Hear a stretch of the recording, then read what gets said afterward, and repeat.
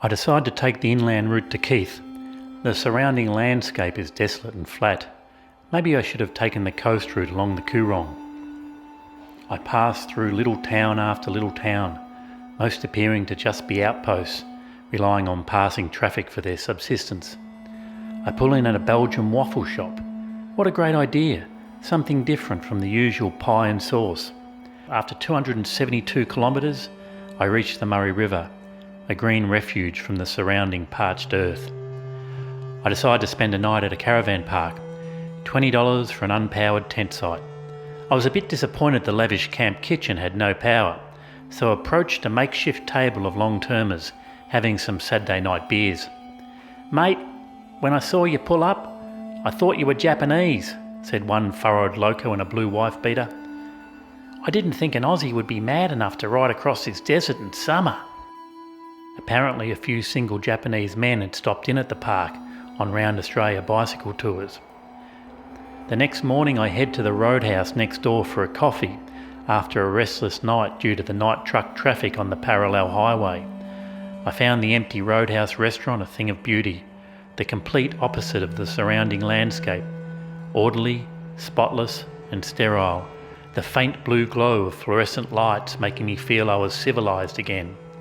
After asking a few questions of the counter lady, I was informed truck stops have free showers for any customers. Damn, I know what I'll be doing next stop, free shower and a meal at a truck stop and camp way out in the bush. I drop into Old Tailem Town Pioneer Village. I check YouTube to see if they've had a video made. No professional videos, but a lot of videos about ghost sightings. This I have to check out. The Pioneer Village was set up by a wealthy local ex-farm machinery dealer. He collected over 110 buildings from around the district and furnished them with items from the 1860s to the 1960s.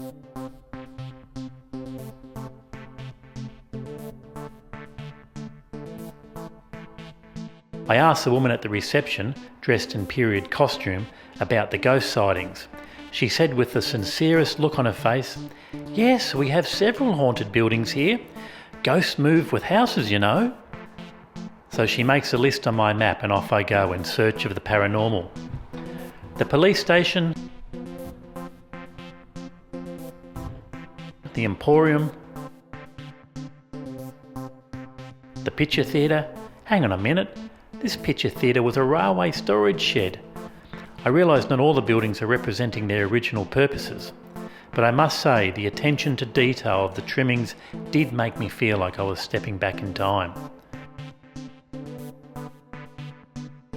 The site that was supposed to have the most ghostly activity was the old Woseley Methodist Church, which was set up next to headstones discarded from an abandoned country cemetery. I set up an elaborate plan to lure the ghost into revealing themselves. I started playing a morbid tune on the piano, something you'd hear in a horror movie. Surely this would upset the ghost and cause him to do something. Unfortunately, all it seemed to do was upset some wildlife residing in the roof. I ride onto Murray Bridge where I drop into the local pub to get online. I see a storm cell has just passed through Adelaide and hope it's heading seaward. I decide to do the 93-kilometre run to the Barossa Valley. I could feel a strong side wind blowing from the coast, and up ahead dark ominous clouds lined the horizon to the south. When one starts riding a bike, these side winds can be quite disconcerting. Sometimes they can violently catch your helmet or bike, making it sway to one side. But after some experience, you get used to this turbulence and brace a little towards the wind to counter its force. I approach a curvy uphill run, a biker's dream. The barometer has dropped and to my left I see a storm front. I'm hoping I can outrun it and avoid any rain. The doctor seems to enjoy the drop in temperature and I give her a rev and she responds with a pleasing growl. I let out a maniacal laugh. These are the rides we live for, powering into uphill corners, swaying from left to right, feeling part of nature, in it, the whole visceral experience, the smell of roadkill, the whack of an insect splattering on my helmet. I pass the rise and head down into Eden Valley. At times the trees appear to bow over the road as I pass them. What a beautiful country this is. Undulating farmland with massive red gums dotting the landscape. The Eden and Barossa valleys were settled by English and German free settlers. The Lutheran Germans were escaping persecution from the Catholics in the 19th century. And as I drive through a local town, I see signs of German heritage. Metwurst sausage shops and German language signage. I find a camp outside of Tanunda, in a vineyard, on a bit of a rise. I see the sun breaking through the clouds in the distance, shining rays onto the far horizon. I also see a fast approaching storm front, dark and ominous. I decide to wait and see how much rain it will bring before setting up camp. As the storm passes over, I regret my decision. I quickly cover my camera equipment and put on a plastic rain poncho. Oh boy, thunder and lightning overhead, and I'm standing out in an open paddock. I could nearly read the headlines.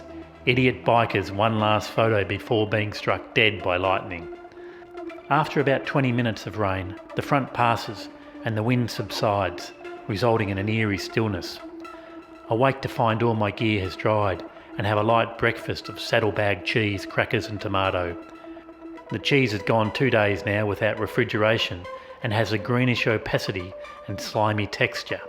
Another 2 days and it should fully mature. I do my Tibetan exercises and a short meditation in the vines. Today I hope to find video production work with the local wineries, the unwashed gypsy biker and his stuffed monkey mascot.